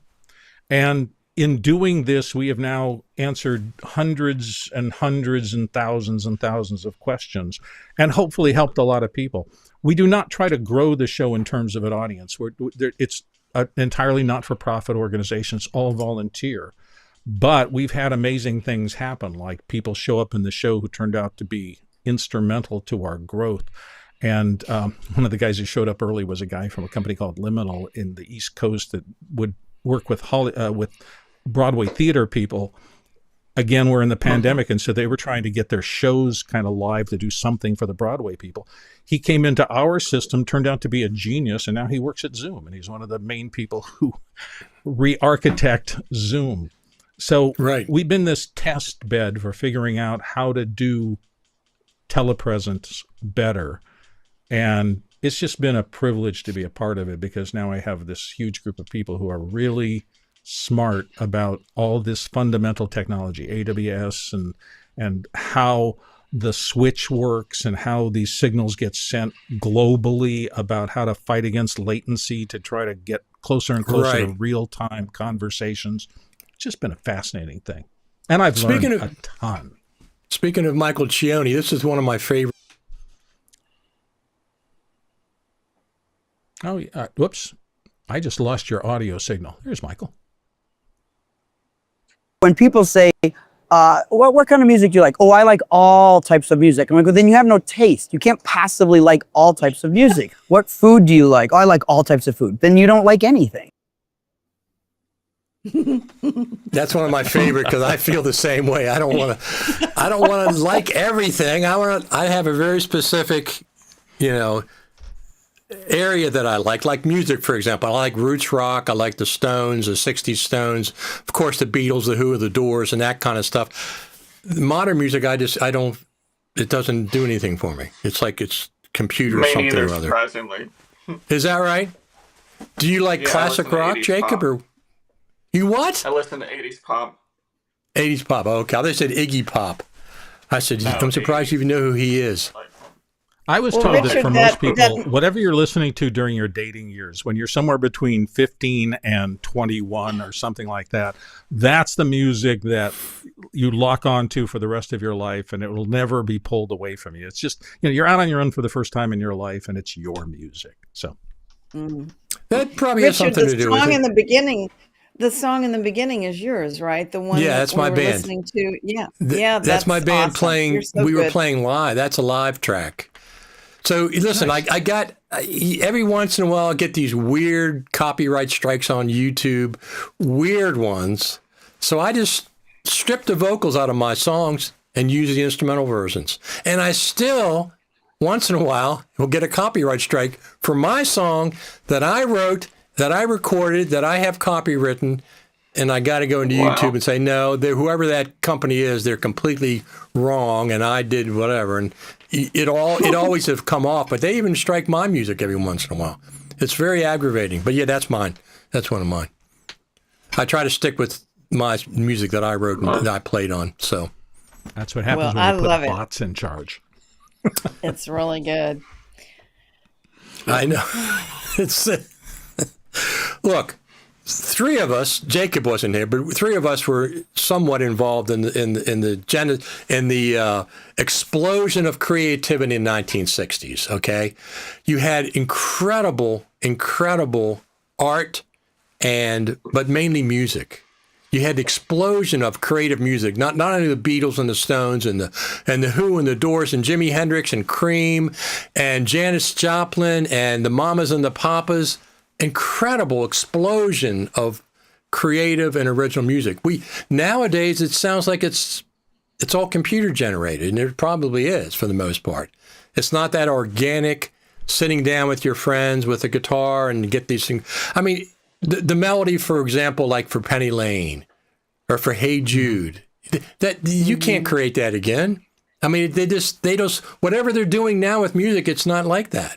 It's all, oh, I've heard that before, that lick before, and this lick before, and you just put a computer together, program, make it sound like Penny Lane, make it sound like Hey Jude, make it sound like Hello Goodbye, make it sound like Mother's Little Helper, and then they work with that. I mean, there are a few authentic people that work with just a guitar, but yeah. or a Because we piano. just lost Brian Wilson of the Beach Boys, there's a lot of retrospectives right now about his work and about the work Yes. of the area you're talking about. Yeah. And it's really interesting. I was watching, first of all, a lot of the major peers of his, I mean, people at the level of Paul McCartney and others who were at the top during the 60s when this was happening are on the web right now talking about why and how they were so special. And they're going back to like the inside Capitol Records and inside Western Audio and how those things were created. And it's really fascinating. And I think for anybody, no matter how old you are, to go back and see the creative process in action. And thankfully, we have some shots from that. We have some live video and things like that. So you get to watch Brian Wilson with the incredible, they call them the Wrecking Crew, but it's really the house musicians who are working in LA, those 10 or 20 musicians that were hired for all the sessions. And you see them actually building things. It's very much like Get Back, the Beatles music, where you see them working out the songs that became the soundtrack for a generation, but creating them on the spot and what that process was like. It's fascinating to watch. I'm sure there are people doing that kind of work right now. You get the Jacob Colliers of the world who are young and who are just have that brilliance, and they're figuring out how to do something that no one has ever been able to quite do before. So it'll continue, but yeah, that was all. That 6-hour Beatles documentary was incredible. Did you see that? I did, and I enjoyed Linda and I watched that. We enjoyed every second of it. It was to me, it was very, I watched it in chunks, and it was so depressing until we got to the end and the rooftop stuff, because it was like they were arguing and bickering, and George Harrison quit. They had to go get him to come back and stuff. And John's making fun of Paul, calling him, he said he writes music for grandmothers and stuff. And it's just like, what are you talking about? Let It Be is a beautiful song. It's a great, iconic song. But anyway, to me, it was depressing. I loved it. But it was depressing seeing the real day-to-day fighting and stuff infighting they had for over and over and over again, until that all came together on the rooftop, and they all came together as the Beatles. I find that really encouraging, because it says that the absolute unmistakable required ingredient in a brilliant piece of music is effort. It's always been that way.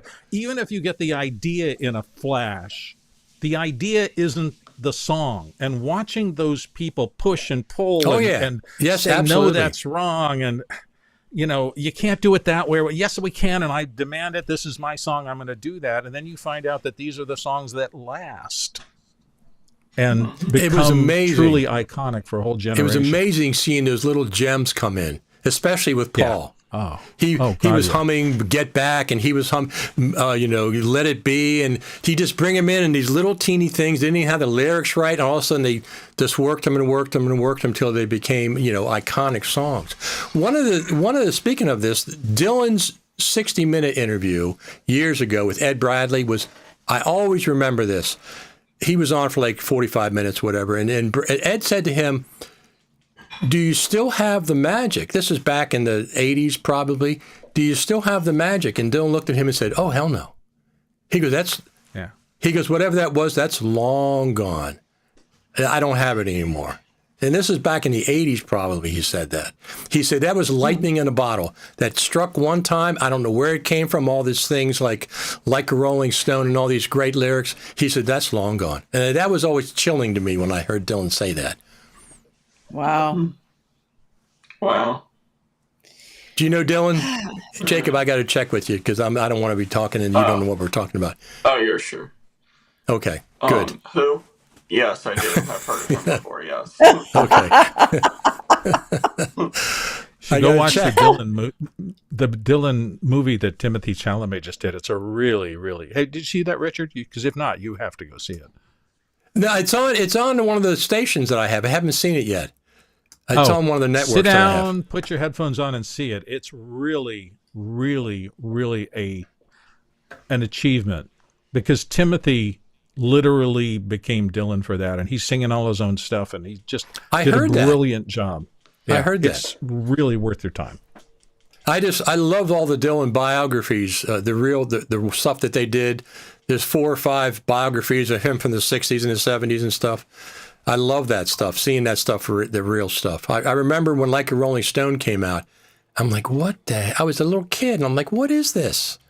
I Want to Hold Your Hand and Like a Rolling Stone are playing at the same time in 1964, whenever it was. I said, these are completely different ideas about how to do a rock and roll song. But anyway, it gives some Boy, credence to the fact that... Go ahead. Go ahead.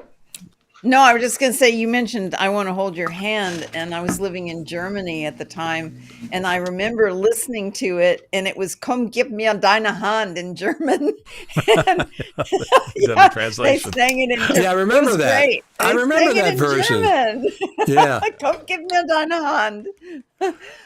Jan is asking if I still work with Larry Jordan from time to time in the chat, I think. Is it Jan or Jan?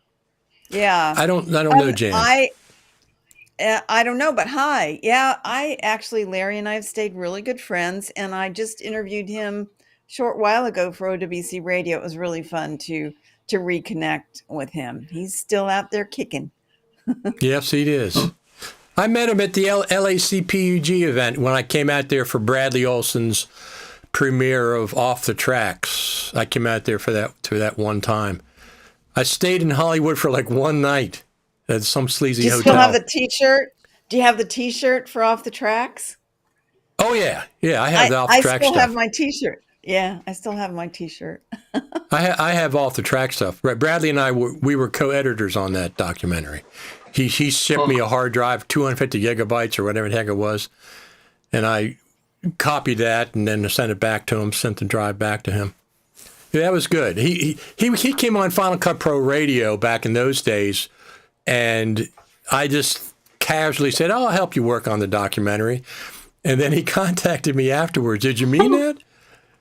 Yeah, I meant it. I'll work on it with you. So we worked for a year or two on that. We were, But anyway, he had a premiere at the LACPUG, and so I was there for that. I flew in just for that, stayed in some sleazy hotel on Sunset Boulevard or whatever. And I remember I went to I wanted to go down to the walk of, to walk the famous walk Hollywood down Walk of Fame. Hollywood Walk of Fame. And I took a Uber, and I literally was a couple miles away. It took 20 minutes because of traffic to get through traffic. And he dumped me off, and I got to do. I did a live stream doing the Hollywood Walk of Fame down there, and I went to. I ate at the what's that famous place? The rock and roll place has all the rock and roll guitars and stuff. Oh, Hard Rock? Hard Rock. Yeah, I ate the Hard Rock Cafe. Yeah, the Hard Rock. Yeah. I ate the one in London too, which I think was the first one. Yeah. Years Bradley ago. interviewed me in Amsterdam for that movie. We were all in Amsterdam for IBC, and Right. we've been trying to connect. And he interviewed me at IBC in Amsterdam. Boy, I miss IBC. Yeah, haven't been I'd never in- been to that. Still place. there. Still there. I know. I know. All our European guys on office hours go and do live streaming from IBC just to see what's released in Europe. So speaking of IBC and NAB, people have a tendency to think that NAB has gone downhill since COVID. I checked the numbers. Okay, I checked the numbers. 2017 and 2016, it had 108,000 attendees. For some reason, it dropped 10,000 from 2017 to 2019. 10,000 dropped. And then, of course, COVID hit, and it dropped even further. This year only had 50,000 some people. So it's actually dropped over 50% pre-COVID, and I'm not sure how to me, if I was in charge, I would get a lot more young people in, people that are on YouTube and influencers, along with the broadcast industry, not just specializing in broadcast, because they're losing numbers like crazy. 50,000 compared to 108,000. That's in 10 years. That's dramatic drop. I didn't even go last year. Jacob went. Did you like it, Jacob? Did you enjoy it? For this past year, for 2025? Yeah, when you went. Because we were talking back and forth about whether I was going to go or not. And I actually did enjoy it because it was a lot more intimate. I obviously checked out Michael's booth with Strata, which was nice, but it's like that. I personally like the not crowdedness because it allows me to walk with my brace without tripping over people and people trying to trip over my brace, but that's right. a whole nother story. But it's like, I did enjoy it. Obviously, I wish that there was more booths there. To me, they seem more spread out in terms of the way that the halls were lined up, like just like no more narrow hallways because they are not trying to cram so many people into one, but yet also there was a lot less startups. I realized also that like I didn't see too many new startups unless it was like in the BEA area, like where the education Right. department is. Right. So it's like that's kind of what I noticed, like overall, that it just like it definitely has shifted down quite a bit. I will say that. Well, Like the other thing overall. from last year, they split NAB. They had the Southern Hall, the Northern Hall, and the Central Hall was closed. So they physically split NAB Yes. physically. Oh yeah, that was But annoying having to walk. exactly. But here's what I miss. I miss the super meet. I would go to NAB for the super meet. I would go to NAB Yes. even last year before. I mean, 2024, Strata had a party on Saturday night. Those are the things that I like. The super meet, the Strata party, when the Final Cut Pro team was there in 2017 and 2018, and you had the Faster Yes. Together stage in 2019. Those are the events that draw me to NAB. If there's a super meet, I would have went this year. If there was a Faster Together events, I would have gone this year. But all those are gone. There's no super meets. There's no Yes. Faster Together anything anymore. Even Michael Cioni's party that he had with Strata, which I really, really liked, didn't have one this year. Yes. So there's none of those extracurricular, get-togethers like that. Yes. Oh, definitely. It kind of makes it a little bit not as worthy to go, but yet also some of the stuff. I know FMC has a lot of conferences during. Oh, that FMC is great. so, That's one of their biggest events of the year. They do all Yes. the training and stuff. So if you're going to do that, absolutely. That's a great place to do yes, all I that would stuff. totally go for that. Yeah, but like all of the extra after parties, probably not gonna. I don't know Yeah. what's gonna happen next year, but Yeah, they've been Like it or not, dissipating. the world is changing. The way people interact is shifting. And so we do things like Yes. this that we didn't do before. So, Right. we've been doing that show for 1,900 days. And every day, all these people all over the world gather together to talk, to meet each other, and to solve problems. And that didn't exist 5 years ago. Not at this level. I mean, one of the guys in our group in Australia is one of the back end people for the Tony Robbins seminars, and they get 1 million people online gathered together for an event.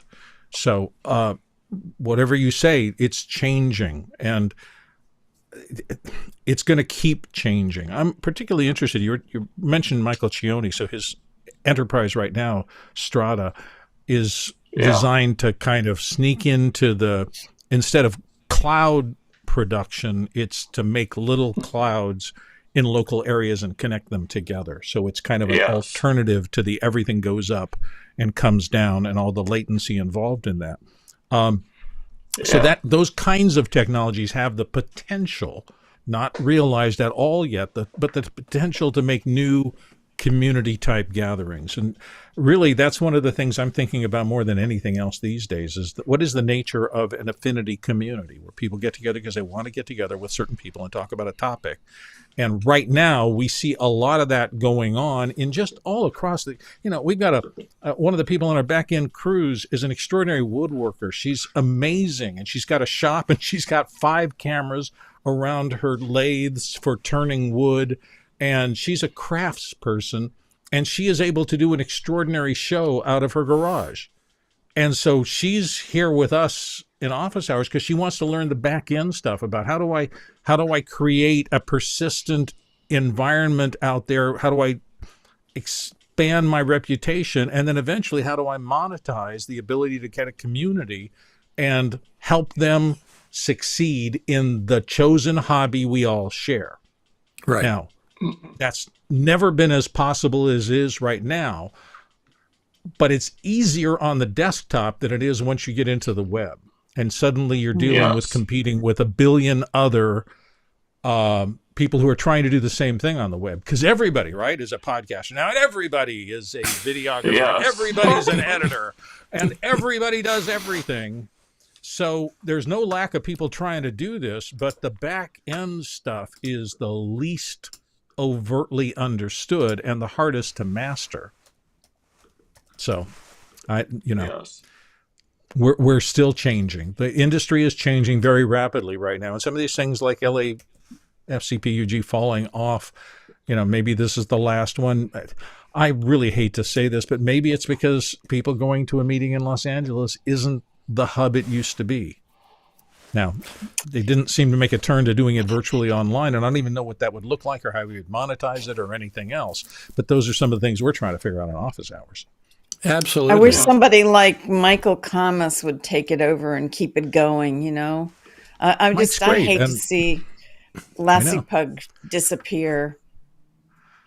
Well, he was Oh, interested well. for a while, or he was kind of hovering around, but it's a lot of work. Michael did this as Yeah. a labor of love for all of these Yeah. years, and he was extraordinary at it. He built something Yeah. really special.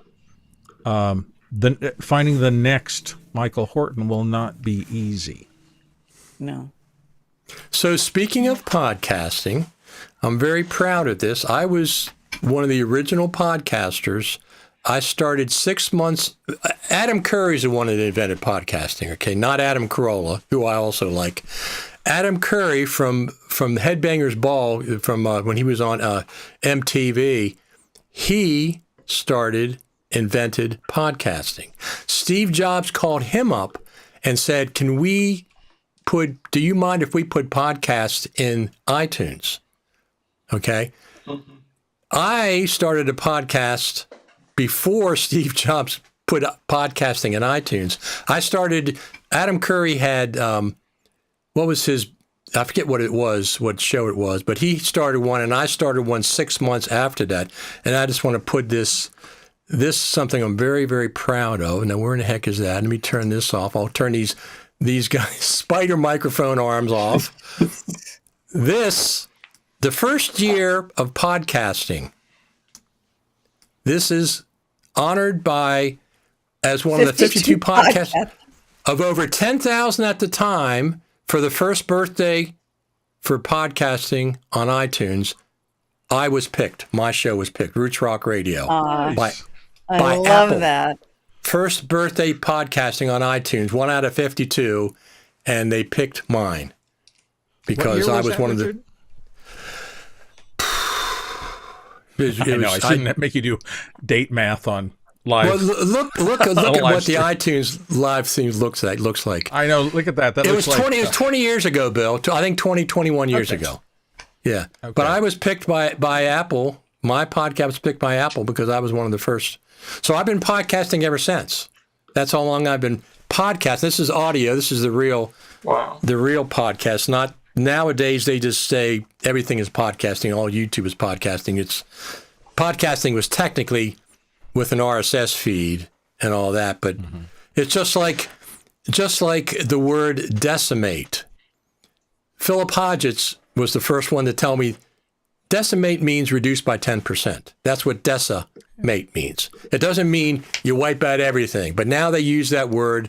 It means you wiped out everything. No, it means technically, but anyway, it's the same thing. I've given up on that as well because it's common usage. So everything's a podcast now. YouTube, like this is a podcast. I even call it a podcast. So Yeah. So what do you think, Richard, Jacob? I hate to do it, but Now I'm going to talk to Jacob for 1 second. What do you think about coming on with all those guys and gals? I mean, the age difference. We're a little bit older than you, a little bit. Different generation. A little bit, yeah, but it's still amazing to me how you can mix old and new and still create something very nice. People learn from old but not too old, and people learn from new but not go to one extreme or the other. There's a nice happy medium between where we are at versus like with the whole entire AI thing, just like quick story, long story short, is that like I was able to use ChatGPT to type up a script to be able to put a script into, and then just like literally it gave me every stock video that I needed to download from Envato with the hyperlinks and everything, and it just like that I enjoy because it saves me time, but there still needs to be that human touch to it. Yeah, human touch, creativity. I don't want AI to help me write a song on my guitar. I want to sit in the corner. And even when it comes to editing, I don't mind AI putting together a rough cut, but I want to do the finessing. I want to do the creative part. I don't mind AI doing voice isolation. AI is finding titles for me I might use, but I want to do the creative finessing myself. Correct. I don't want AI to do that. So it has its place for sure. Then Cirina said she has to leave. Well, that's okay. We've been Sorry, on I long do enough. have to go. No, I just, we it's so can. nice. Thank you for having me on again, Richard. Thank you. Absolutely, absolutely. Let's hope. Nice to Hopefully, see we're my going to hear friend. about the Creative Summit this summer. An announcement, Yes. and they'll. Usually, I'll get something from FMC about it, and I'll be able to say some things, but not. I can't say anything yet. So until they say I can, I can't. But I'm pretty sure we're going to have one. It was last year's was really the best one ever. It just amazing what Yes. they did. I thought so. Oh, Yeah. I love what they did. Yeah. We went into this beautiful studio. They built up tension. They did a great presentation. They gave us Final Cut Pro 11. It was phenomenal. And those big stainless steel coffee things that hotels have? They told me how much. Coffee urns? Yeah, but the big ones, you know what I mean? Like the malt, maybe 5 gallons. The industrial. Right. Yeah. It was like, they told me that's $350 to $450 per container. That's what the hotel charges them for that. I was like, whoa, that's probably about $50 worth of coffee, and they make a lot of money. But I understand they have to do that. That's fine. All right, everyone. We had Thank you. All right. Thank you. Go ahead, Cirina. No, go ahead. Go ahead. No, I was just going to say at BEA 2 years ago, we had hot, warm bagels, and I think they charged us $5 a piece for the bagels. Do you at have any of NAB. those? Yeah. Do you have any of those bagels left? I think they have one right now. It's lunchtime. Richard, thank you. Absolutely. Thank you, Bill Davis. Thank you, Happy to be Cirina back. Catania. Thank you, Jacob Rush. It's fantastic to have Thank all you. you on, and we'll have you again. And You as well. Final Cut TV will be back on anytime. Saturdays usually we're on between 10 and 12 for a couple hours. We're talking Final Cut Pro stuff, and anytime I can tell you about the Creative Summit, because I haven't heard anything yet. When I get the permission from FMC, I'll come back on and we'll discuss that. Because I hope we're going to have one. Absolutely. Thanks, everyone. You're all the best. You're the best. Bye. Absolutely.